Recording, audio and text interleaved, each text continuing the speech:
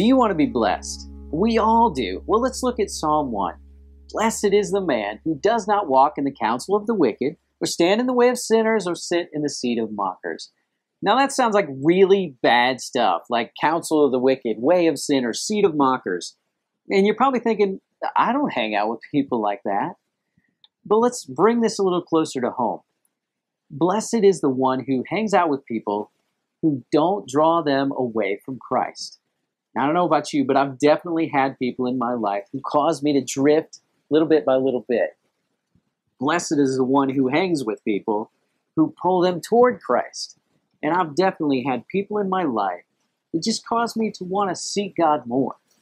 Now listen, we become like the people we surround ourselves with. That's why married people tend to develop the same mannerisms and speech patterns. And why, if you go spend time in the South or the North, you can pick up an accent just by living there for a little while. Look around yourself. Do you surround yourself with people who help you become more like Christ? Well, the challenge today is to see if there might be someone in your life who pulls you away from Christ. You become like the people you surround yourself with. Are they pushing you away from Christ or pulling you toward Him? If you want the blessings promised in Psalm 1, and believe me, they're huge, you may need to spend much less time with certain people. So I want you to just decide today who you're going to spend time with.